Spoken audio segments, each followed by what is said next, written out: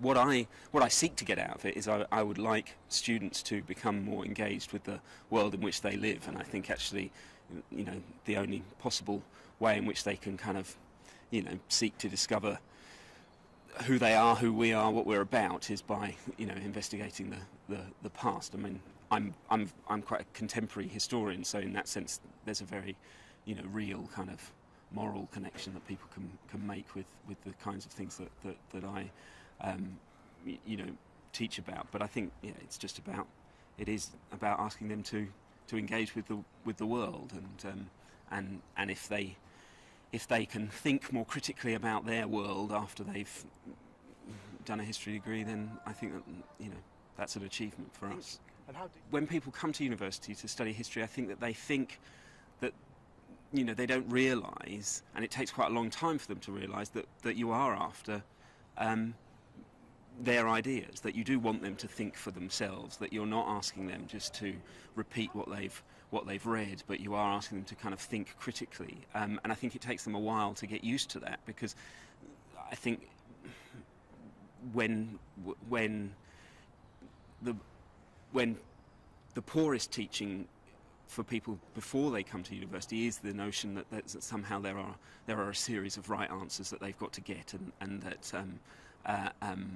what they think is kind of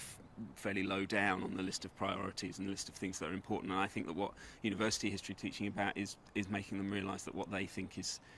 all the most important, really. I think that it makes them critical, and I think that that's the most important thing, that it makes them not accept the world around them at face value, and it makes them engaged and interested and realise that the world is a vastly complicated place, and that they need to think for themselves, that they need to not that they need to challenge the kind of myths by which they are surrounded. And I think it's difficult to articulate in terms of kind of precise skills of time management or whatever, but it's actually something much more profound than that, about making them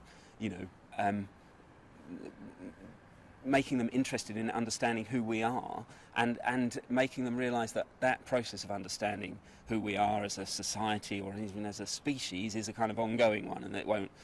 they'll carry on doing it, and that there aren't hard and fast answers, and that certainly that a group of academics in university institutions don't have all of those answers, and that they need to kind of realise that it's an ongoing process, and I think students do realise that by the time they leave.